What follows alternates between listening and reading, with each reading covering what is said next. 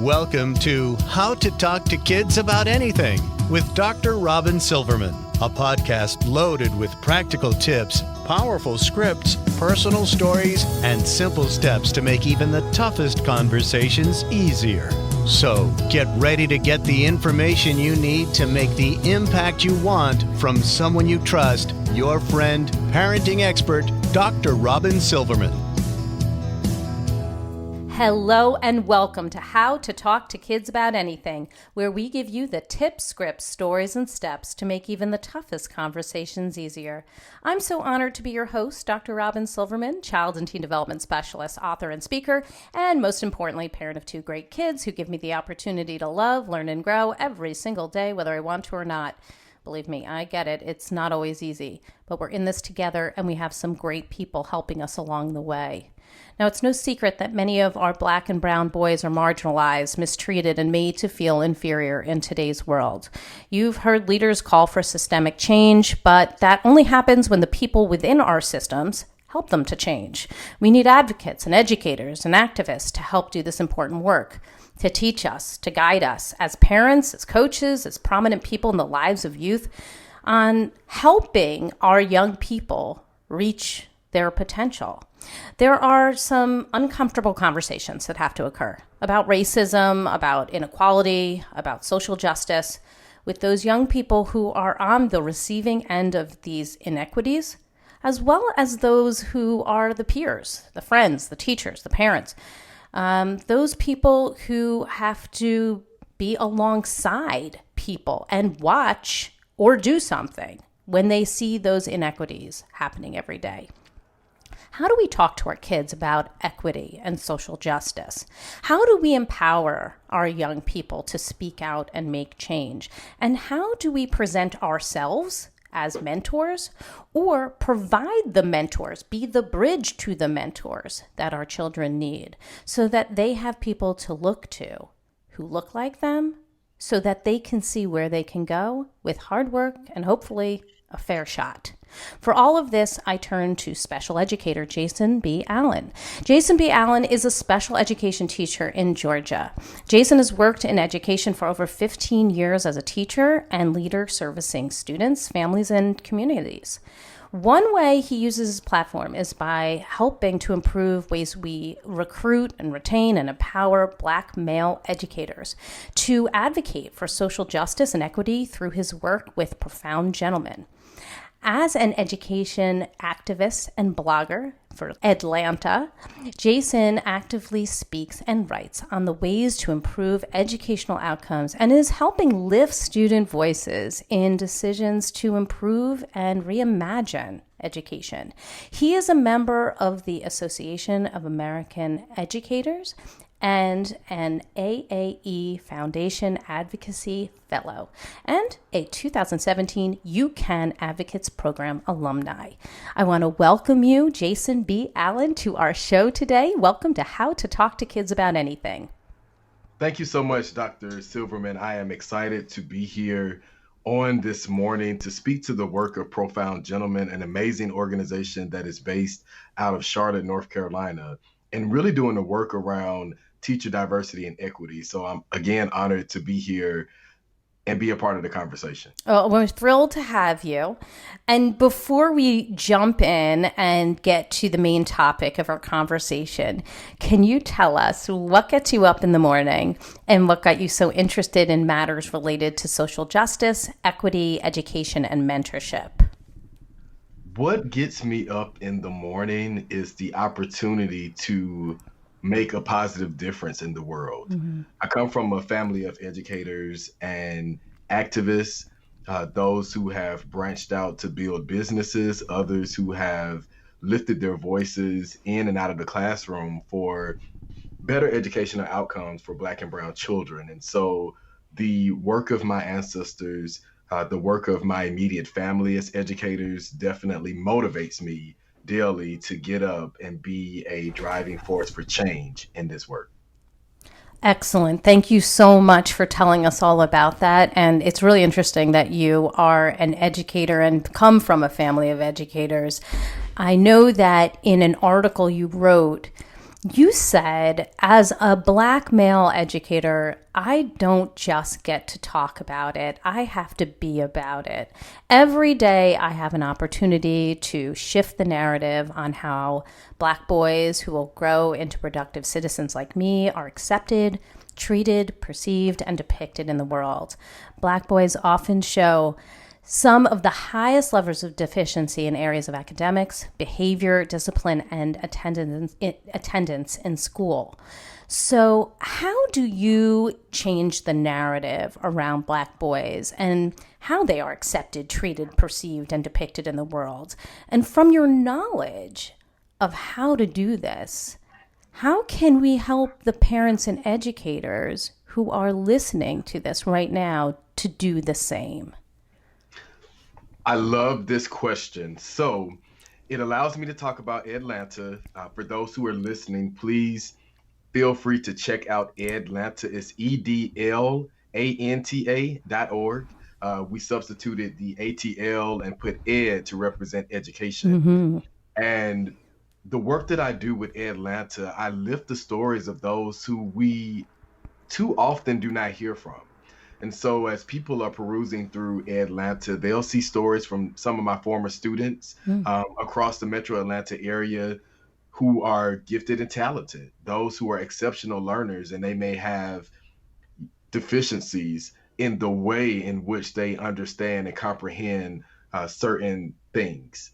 And so being able to share their stories of what's needed in the classroom, what's working for them, what they would like to see, the challenges that, seep into the classroom from home and community, how all of these things play a role. And so, there are so many stories on Atlanta that I share, and I encourage parents and teachers and other students to share their stories as well. And so a lot of people reach out to me to share their stories. And Dr. Robyn, I do want to also add this. As an advocate and educator, of course, empowering Black and brown boys, I also empower all of my students. And so I think that, once people take the barrier of race away, and, that allows people from all walks of life, from different classes, different cultures, different spaces in time, to enjoy these stories and get a better understanding of different walks of life. And so I wanted to add that as well. I think that's really important. I agree with you. And, we want to hear the stories of many. There are people who have talked about how stories and the information that we're provided in classrooms tends to be skewed to white men and white women, white men especially, of course, and have protagonists that are reflective of that. So I think having real live stories that are showcasing our Black and brown boys, our Black and brown girls, and representing a wider view of who's in the classroom is going to be good for everyone. I would love to hear perhaps one of your favorite stories about maybe one of the boys that you've heard from on Atlanta, or one of the boys that you have highlighted in your work or that you remember the most, and the lesson it sort of teaches us about how our boys can show great potential. And by hearing their story, it opens our minds a bit more. Dr. Robyn, I'm so honored that you asked this. I have a student, Kalen Moore, very special to me. He was one of the students when I was a school administrator. I was over school culture for, at the time, it was called Latin College Prep, and we changed the name to the Rise Schools here in East Point, Georgia. And as I was leading discipline, we all know the data around Black boys specifically in public schools and the struggle with discipline, policies, also cultural dynamics, et cetera, so forth. Kaylin was one of my students who I remember in transitioning from the school and going back into the classroom to teach special education. And as I was at my new school teaching, he reached out to me and wrote this amazing letter that I published on Atlanta. It was also published in the 74, which is an amazing educational organization that shares publications from students, teachers, parents, educational leaders. Mm-hmm. I think about Kalen because he is such a great example of how building relationships with our students makes positive change and it enables better educational outcomes. Kalen is currently working in high school. He has used a lot of the things that I have taught him as a teacher to work with younger men who are in programs and organizations that I support, that he uses his skills to mentor them in a way to give back. And so Kalen also accompanied me to a rally here in Georgia at the Capitol about a month ago now, where he was interviewed by the news Mm. and spoke so well about why we need to cancel standardized testing for this year. And he was able to speak on behalf of his peers and even his teachers who have definitely had a hard time during the pandemic. So I would definitely highlight Kalen, his voice and his story. You will see a couple of things on Atlanta that speak to the work that he's formerly done and currently is doing in the community to uplift his peers. What do you think it was about your relationship with Kalen that helped him to reach his potential? Clearly, I'm sure he had his own gifts. He sounds like somebody who has incredible gifts and a drive. But I think that for those kids who are perhaps housing some of these gifts but are still looked over or demeaned or made to feel inferior, that sometimes those gifts are tucked away and we don't always see them. And I can say that for kids who are marginalized in all different ways, whether it's because of neurodiversity, socioeconomic status, race, or other things. But in this case, what would you say was some of the strategies you used to connect with somebody like Kalen, and what we can do as parents and educators to make sure we are putting ourselves out there to connect with our students or our children in these unique ways? So, Dr. Robin, I will say it's engagement and how we engage our students. That is the overall answer. Mm-hmm. It sounds very simple, but it's not. For those who are listening, if you have a child that's in public schools, maybe even charter schools, Mm-hmm. that is school choice, non-traditional schools, we know that our government does not invest in public education, specifically in family and community engagement. And so I had the opportunity to go to Harvard's College of Education and get my certificate in family and community engagement. And that, under the leadership of Karen Mapp, helped me to reach so many students who, quote unquote, will be left behind. And it goes back to how we're engaging the students and how intentional we are about actually doing what we're doing right now and having a conversation on, what are you going through? What do you feel Mm-hmm. about this? Like, how is the classroom or this school impacting you, whether it's positive or negative? And then we lay out the variables. We Mm-hmm. start to do the problem solving. And so the things that they see teachers do in the classroom, Mm-hmm. they can actually see us doing it in real time. And so that's the buy-in. That's how you get students to come into a realm of, I want to take control of my learning and be more engaged and be a better, representation of who I am in and out of the classroom. It is so beautifully said. And I think you're right. And when we start to set that intention and we engage in these sometimes difficult conversations, because we then need to open ourselves up to hearing, when you said that or did that, it made me feel like this, and it's not always pretty. But I think when we have those conversations and we're open to learning from them, hearing them, growing from them, we find that the conversations do become easier over time and more frequent. Would you agree? I totally agree with that. And Dr. Robin, I have a resource for those who may be listening.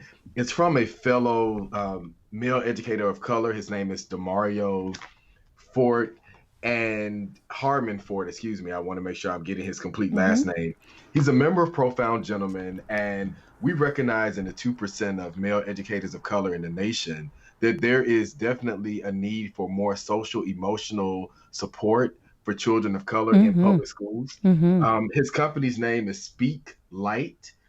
People can visit their website at speaklight.org. They have an amazing success book. It's a guide to success. And it really is motivational for middle school and high school children, regardless of what creed, ethnicity, race, etc., that they come from. It's an amazing tool. It was designed by a male educator of color to specifically address some of the challenges that schools are having with reaching children, and they just don't have the resource. So I wanted to share that resource. I've used that with my students. It's also helped me a lot with students that are battling anger, depression, isolation, et cetera, so forth in schools. Well, we will be putting all of those resources that you provide on the show notes of this podcast online, so anybody can get those, because of course many of our listeners are running out the door, listening in the car, taking us on an exercise walk. So don't worry if you're not, with pen and paper. We will have all of that in the show notes. Now, I want to pick up on something you just said, and you've noted this in your writing before too, that Black boys don't often have a teacher standing in front of them that looks like them. How important do you think it is for Black boys to have an educator, a mentor, a guide, or a model who does look like them? And what advice do you have for our families, I'm going to say of color, not just black families, but families of color who are listening in on how they might access a mentor if their boys don't have one in their lives who do look like them, and what should we be looking for in a mentor? Dr. Robyn, I want to not play devil's advocate, but I want to go in a direction that may cause people to think differently. Definitely believe that children need to have representation in the classroom, but they also need representation in those areas that impact the classroom, such as school boards and state boards that create the curriculums and the pipelines that teachers come through. Because a lot of the times it's not that we don't have the representation, we don't have the access to funnel in teachers who want to reach various populations of students. I also like to add this story very quickly. When I came through middle school, middle school can be a very challenging time for students. Yes, it can. So my parents, my mom being an educator, my dad being an entrepreneur, I had a white teacher, Miss Thornton. I will never forget her. She was like, I don't think that these punitive measures of behavior and discipline are working. Why don't we try this? She got with my counselor, who was a Black male counselor, and they created a mechanism for me to be able to journal. Where I'm sharing that because it took having a counselor that looked like me, but also someone who didn't look like me coming together to provide a resource that worked. And so I would encourage, people who are wanting to go into the field of education, especially parents who may want to lift their voices to advocate for diversity. Yes, we need diversity, but we also need people with kind hearts that can come in classrooms and say, hey, I'm from Buckhead and I have a family member in Bankhead, but I want to reach you where you are. And so that's what I would leave for your question. Oh, love that. And I love the communal aspect of that when we're putting our heads together, we can find some answers that perhaps we hadn't thought of alone, and reaching out to others who may have some additional insight or experience that may illuminate our particular issue at that time. Coming at something a little differently, because it could have been that your teacher, had she been somebody else, looked at you who wasn't responding to disciplinary measures that were punitive and saying, we have to be harsher. Now we're going to suspend, expel, and in which case you're cutting off the communication and the conversation, and you're cutting out the ability to mend that child's heart that may have been broken, or they may feel misunderstood. So I love the idea that she thought of doing something different and enlisted the help of the counselor and somebody who may have a different experience and different education to help out. That is beautiful. There was an article that named you as an activist who is knocking down doors and taking seats at the table, so to speak. And it illuminates the necessity and the representation of student voice in decision-making and education, as you mentioned. So what would you say you'd like to see in education with regards to equity, and what can our listeners do to help ensure that happens? There are a couple of things. I want to focus on one that people can do. Equity is so important, and it goes back to a comment that I just made about curriculum and teacher diversity. And so the Atlanta Student Coalition was birthed last year in the pandemic. I'm so grateful that you're going to be highlighting the resources at the end. I was able to collaborate with another gentleman from our organization, Profound Gentleman, Dr. Stephen Bond, who created a book, Perseverance in a Strange Land, The Voices of Youth During the COVID-19 Pandemic. And Stephen and his students shared their experiences in navigating through the pandemic, how this is impacting equity in our schools, how it's impacting our children socially, emotionally, physically. And I'm mentioning this because Stephen and I are going to be partnering together with Atlanta to do another phase of this book, which will be surviving through the pandemic, and what does this look like for the voices of youth who are advocating for equity. And in the book, we're going to be talking about the importance of culturally inclusive curriculum. There are so many parts and avenues and stories within our American history that are not presented to our children. And we want to make sure that there are curriculums that present everyone at their best, but also those times in history when we were our worst, we still need to reflect those as well. And so that's one of the areas for equity that we are pushing through the students. This is something that students are asking for and something that they want to see in public education, is for parents, teachers, organizations, neighborhoods, communities to challenge your local school boards and also your state boards to partner with organizations such as Profound Gentlemen and others who are helping advance the voices of not just Black educators, but our brown educators, our mixed race. And Dr. Robyn, I think this is an area that is so important when we talk about equity. What about families that are multicultural? Right. You may have a white mom and an Asian dad. You may have a Black mom and a white father. So how are we reaching those families where they are going beyond just we have one ethnicity that's represented? And so when we think about equity, that's what we're fighting for. That's what we're advocating for. And that's what we're wanting people to join in doing the work. Oh, this is wonderful. And thank you for illuminating that aspect, because of course families are looking more and more different each passing year. I mean, obviously it is a multicultural world, and it is important to represent many different voices. So I think that's incredibly important. Now, I think it's important for us to delve into some of the more uncomfortable conversations that I know our parents really do want to have with kids. And I know that the educators who are listening also want to have with the kids and also want to be prepared to have with the kids.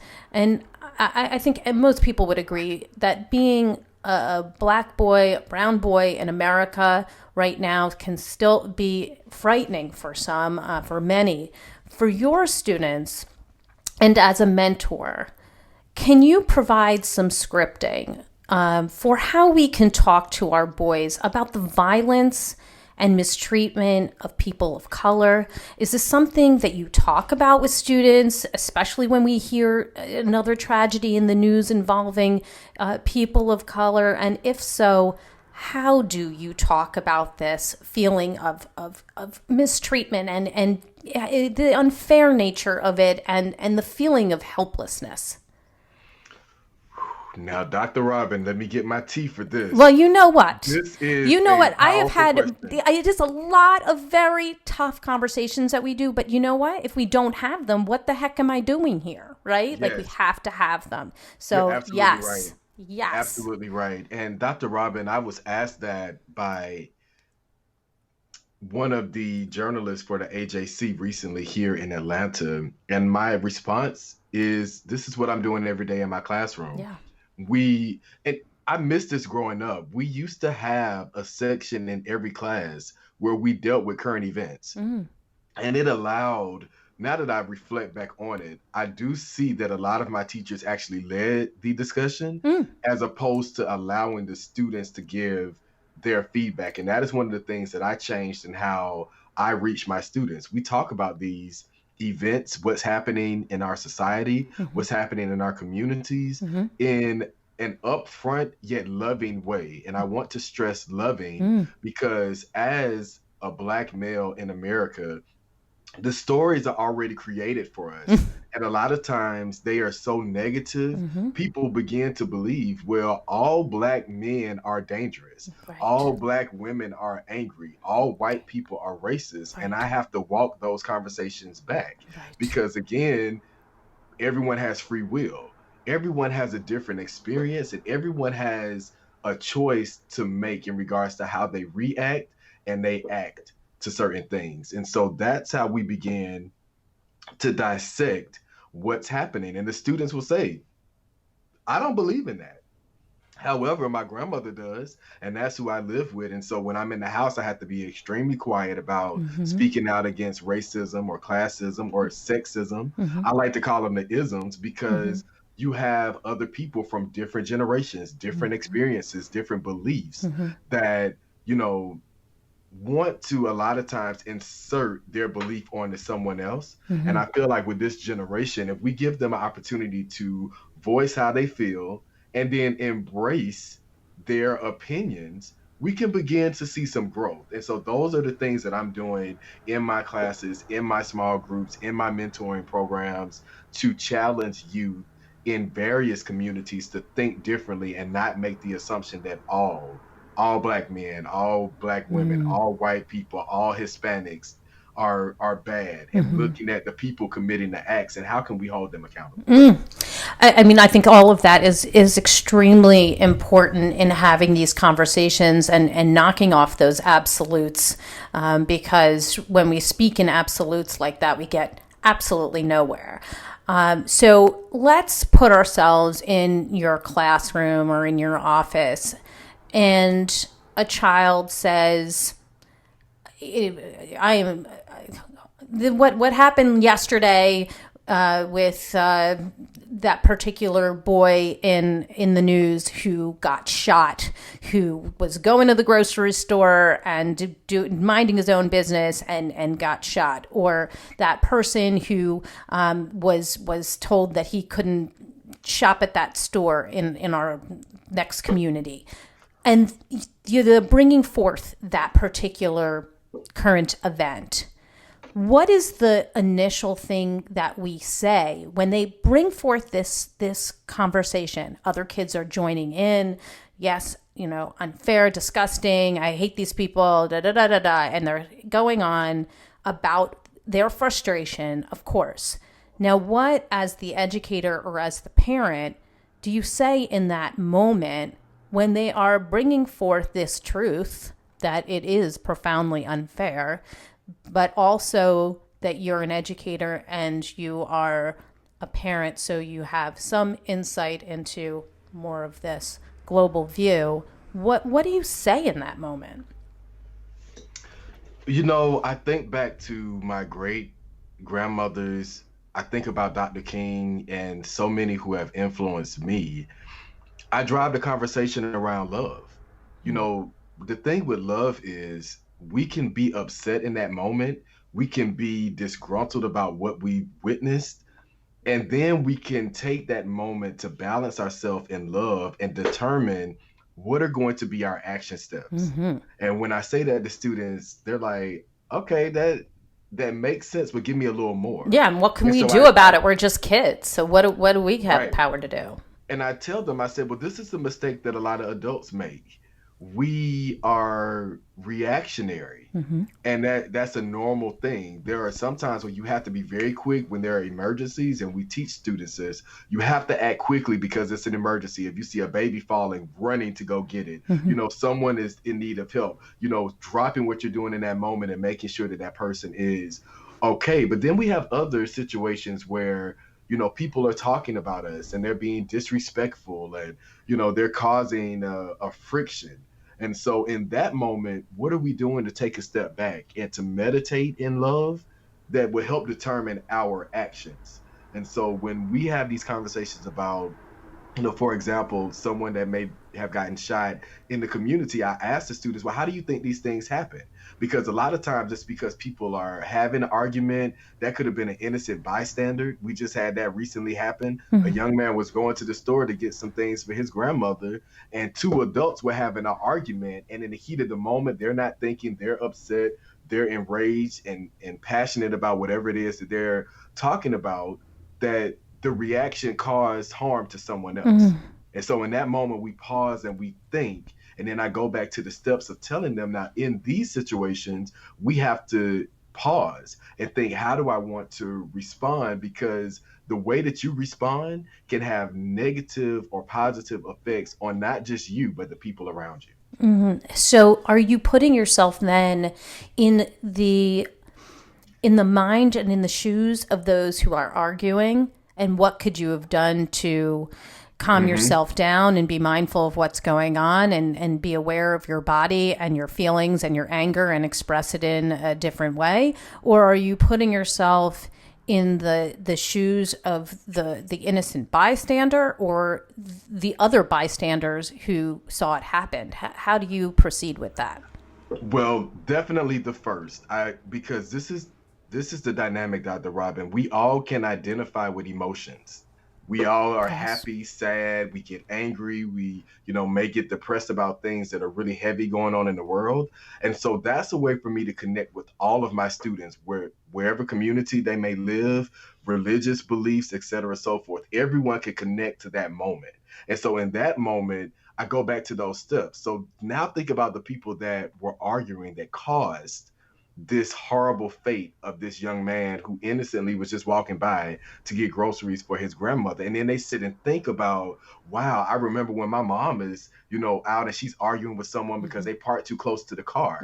And what role could I play? Like, hey, mom, it's okay. The car didn't get, scratched. Let's just, nod and keep going. So it doesn't become something that could be detrimental to others. And so I give my students those times to reflect, so that we can use the cautionary tales of others to help eliminate those situations from happening in our own lives and in our community. I think that's great. Right now, I teach a character education curriculum. I write a character education curriculum called Powerful Words, and we're doing 3 units right now: January, empathy; February, self-control; and March, we're doing anger management, and they all build on each other. This is something that there's a different word every single month, but after school programs use it to talk to kids, and it's scripting for teachers and projects for the kids.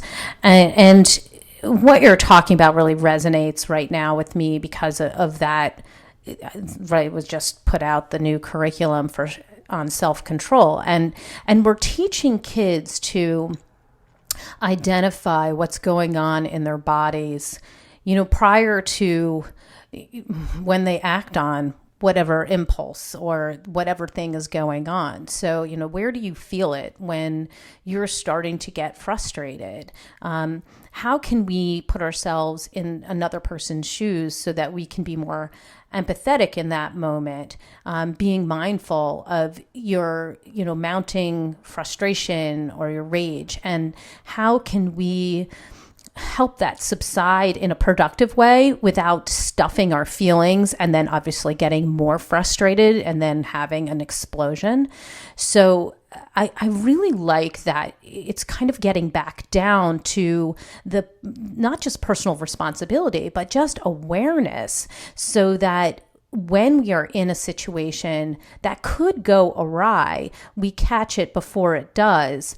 And when one person in that situation, now here we have two people arguing, when one person is staying calm, it can't escalate to the point that it might have if both people were unaware of their emotions and allowing it to mount and mount and mount until the explosion happens. Would you agree? I totally agree with that. And I'm also excited about the curriculum that you're teaching. Yeah, it's important to get down and strip it down to character. Of course, it's all about people understanding that, yes, it has a lot to do with themselves, because that's honestly the only thing that we really have true control over. But I would imagine that your students might push back and say, all right, well, if I'm, keeping myself calm and I'm aware of empathy and self-control and anger management, well, what about the responsibility of all these other people who, even if I'm staying calm, go off the deep end and do horrible things? I feel helpless. What would you do to respond to that? Feelings of hopelessness, from what I have experienced, always connect to someone wanting to be heard, someone wanted to be seen, someone wanted to be, appreciated. And when I was a school administrator, that was the most impressive things. The students wanted someone to listen to them. And I said, guys, we need a counselor, because now I'm seeing that the students are purposely getting in trouble to come out of the classroom and come and have conversations with me. And then I said, oh, I'm seeing what you all are doing. So now I started saying, okay, you're in trouble. Now I'm going to have to teach you. So now I moved my desk and my area out in the open space where I would hold what would be called in-school suspension. And I was actually teaching. I said, okay, now I have all of your assignments. That's not correct. You need to start all the way back over. And the kids loved that structure. They loved seeing that someone wanted them to do better, and someone was taking the time to listen to them, but also helping them and, encouraging them. And so for those students that feel isolated, who feel hopeless, we have to go above and beyond making sure that what they need socially, emotionally is being met. And a lot of times, Dr. Robyn, that transfers over into the work that we do in the communities and in the household.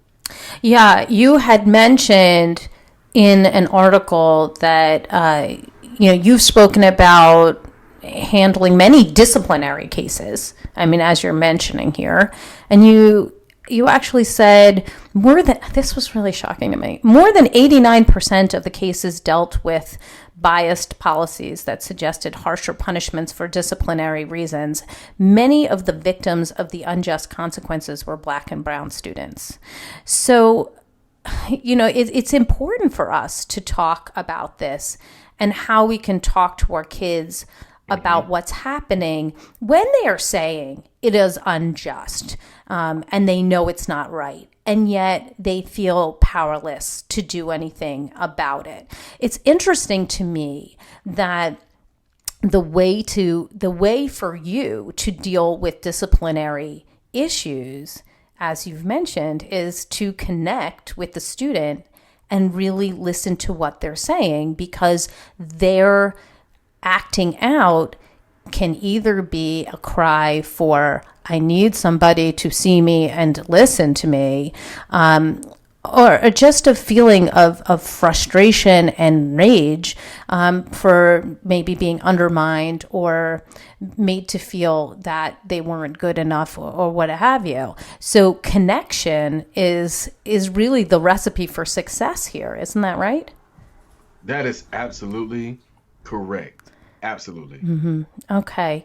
So, interestingly, we often, when we're talking about equity and race, we're focused on the issues that we've just discussed. But I would love to get a little bit more nuanced here, because as a special education teacher, I would love your perspective as how any of this may be more difficult for children who have special needs and are also people of color. It seems to me that they have a harder job here getting through life, because now they have special needs and can be judged due to those and needing extra assistance and modifications to succeed and reach their potential, as well as they're people of color and people are judging them for those reasons in a negative way. What's your view on that? So, Dr. Robyn, I'm holding a book in my hand. It actually just came in the mail this week. I'm a part of a group called EduMatch. I've been working with them since 2016. It's an anthology of educators across the states. It's called Snapshot in Education, and we share our stories and experiences to reach parents, teachers, educational leaders across the spectrums.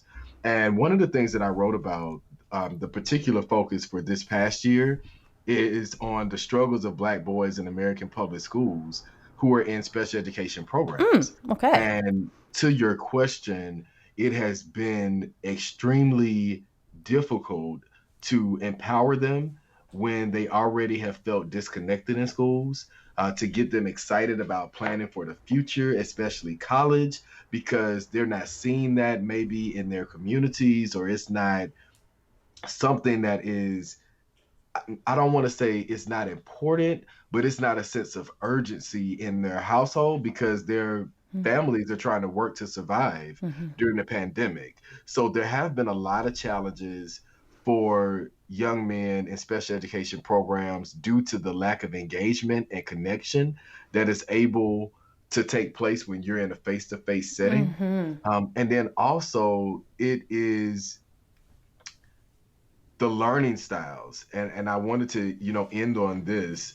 One of the things that I have found with working with children in special education programs is that a lot of times the teachers are not teaching to their learning style, and parents are not even familiar with that pedagogy. So they don't even really know how to reach their child at home in regard to their learning style. And so that has been a big challenge during the pandemic for children, especially those who are exceptional learners in special education programs. Well, give us an example of what that would mean in terms of, let's say a child has a particular learning style that would need some alterations in the way that information is taught or is provided so that a child could succeed. What kind of change, like give me an example of a type of student that you would suggest in special ed that may need something like that, and what an educator or a parent might do in order to best support them. My overarching answer is going to be patience. I have a young man that has 2 hearing aids, and that's extreme because most of our students normally have, if they have any impact with hearing, it's with 1 hearing aid and not 2. And so of course that makes it a little bit more extreme. It also impacts speech. Right. And so of course speech is something that we do in person, and we've been very creative in how we're reaching the students virtually. I wanted to use this student in particular that has a double hearing aid because you have to be extremely patient. There are times when, and then also parents that are listening, we all know that adolescence is a very strange land No for kidding. children. And so, as they're growing and learning, yes, I know I need these hearing aids, but they're irritating my ears. And I want to have on my headphones, and I want to also look cool. Yeah. Because, how children look also impacts the way that they learn. And so one of the things that we have had to do with this young man in particular is to set various times that we're meeting with him. So for example, even before the class that I do with Tim on Tuesday, on Monday mornings, we get together and it may be a 15-minute, motivational session where I'm simply walking back through, here are the things that you must do in order to be successful. It's a checklist, and it's done in steps because Dr. Robyn, and for those who are listening, I have definitely found this to be true with exceptional learners. If they're auditory, visual, kinesthetic, these lists work for them. So I No bullet kidding. things out. First, make sure you have your hearing aid. Two, make sure you have some water near you because that water helps bring down anxiety. I know a lot of people don't. I believe in the power of water. I've seen it work with students. Letting students have a water bottle, it calms them down. It makes them not be so fidgety. And so when you go through these steps and they're able to remind themselves, it also makes them feel like, okay, I'm a grown up, not an adult, maybe a young teen, but I have some responsibility, right? Because here are my steps that I have to follow. And so those things, creating a strong routine and being patient, are things that parents and educators can do to reach those that have exceptionalities in the way that they learn.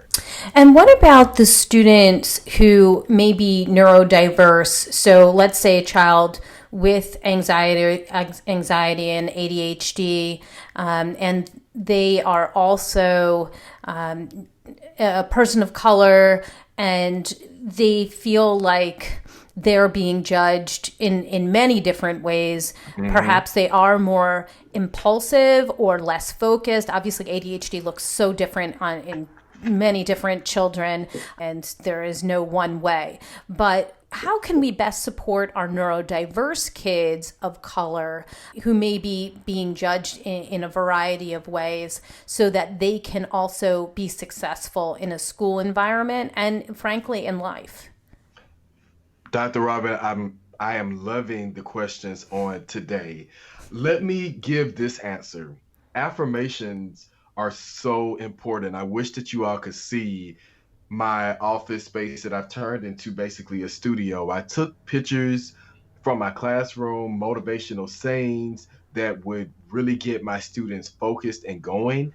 Those things create a different culture. And it starts there, especially with those children that have exceptionalities, because if you eliminate the possibility of failure, not error, but failure, then they have more stake in the game. They feel like, okay, this is obtainable because a lot of children know that they have a deficiency or they learn differently because they're experiencing it. So it's always in the front of their mind. And so what I would leave with everyone who's listening is that make success possible because success also can look in different ways. And so if you start off with affirmations, it makes a world of difference in students that have ADHD, ADD, EBD, et cetera, so forth. It really, really does make a huge impact if you start off with affirmations and you make success possible.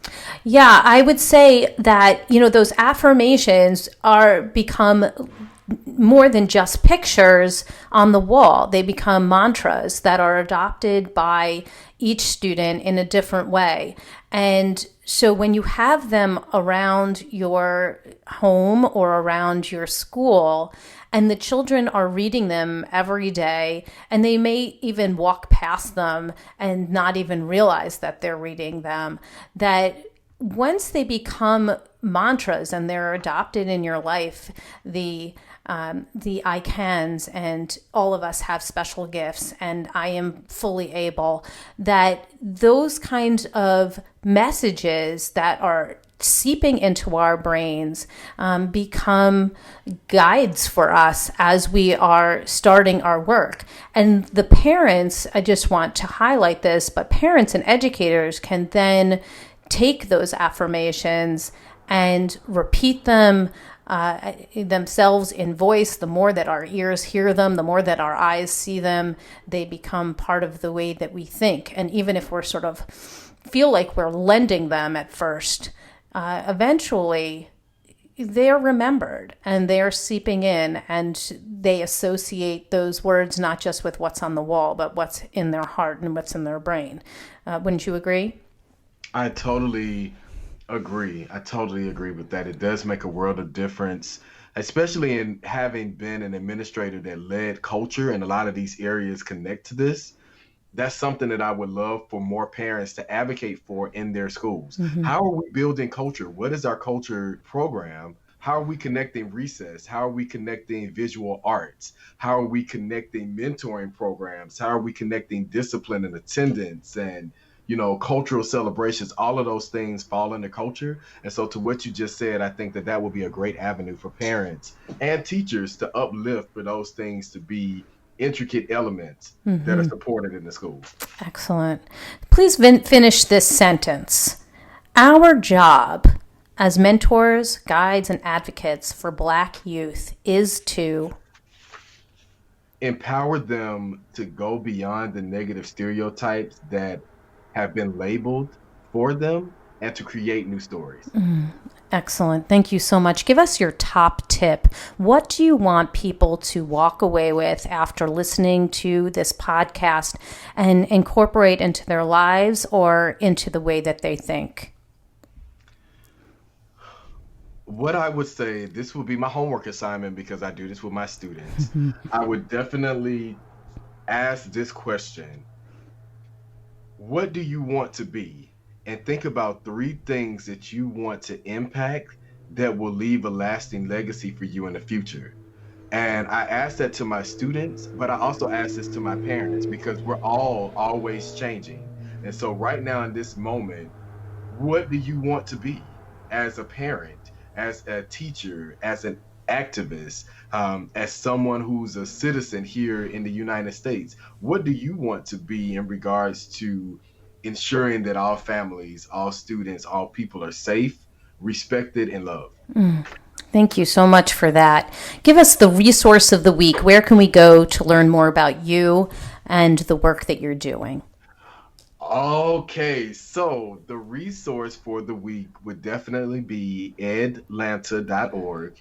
That is how people can connect with me and also see the stories from the amazing students that I'm working with, and also some of the organizations that I'm supporting, such as Profound Gentlemen, who are leading the work in regards to improving teacher diversity and equity in our schools. So you will be able to connect to Dr. Bond, who I mentioned earlier, Profound Gentlemen, Demario Hartman Fort, and so many other resources that I'm using in and out of the classroom. Excellent. Again, I will have all of those on our show notes for this podcast so that anybody who's listening can get to all of those links easily. And I just want to thank you so very much, Jason B. Allen, for being on the show today, for your insights, your strategies, for your experience. I think it was an incredibly important conversation, and I look forward to speaking with you again in the future. Thank you so much. Thank you. Thank you, Dr. Robyn. Well, I've got my takeaways, and sweet friends, I know you have yours, so let's discuss them. Come up on Facebook. You can go to the Dr. Robyn Silverman page, or let's chat about it at drrobynsilverman.com, twitter.com/Dr. Robyn. I'm also on Instagram under Dr. Robyn Silverman. And if you love this podcast like I did, I hope you'll go up to iTunes and rate and review it so others can learn more about Jason B. Allen and his strategies and his insights and be able to use them in their own homes. The more we get educated about equity and social justice and how we can best help our Black and Brown students, we can help all of our students rise and reach their potential. I truly appreciate it. That's all the time we have for today. My fellow parents, leaders, and educators, thank you so much for tuning in to How to Talk to Kids About Anything. For more information on books, articles, speaking engagements, or curriculum, please visit drrobynsilverman.com. There's so many great podcasts up there, and the show notes to this podcast will be up there as well. I look forward to weathering the storms and enjoying the sunny side of life together. And please remember, even on the days when you fall short, you've got this. You're here. You're getting the information you need. I know it's not easy, but never forget there's always tomorrow. Parenting is the ultimate do-over. Perhaps you heard something today and you thought, I should have done this differently. I was about to have this conversation with my kid and I chickened out.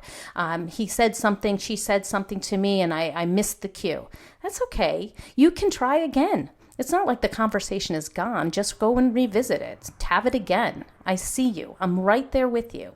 And as there are moments when we doubt our know-how, our choices, and our sweet sanity, please know you are 10 times the parent you think you are. Until next time, this is Dr. Robyn Silverman with How to Talk to Kids About Anything. Please tune in again and keep connecting through conversation. See you next week.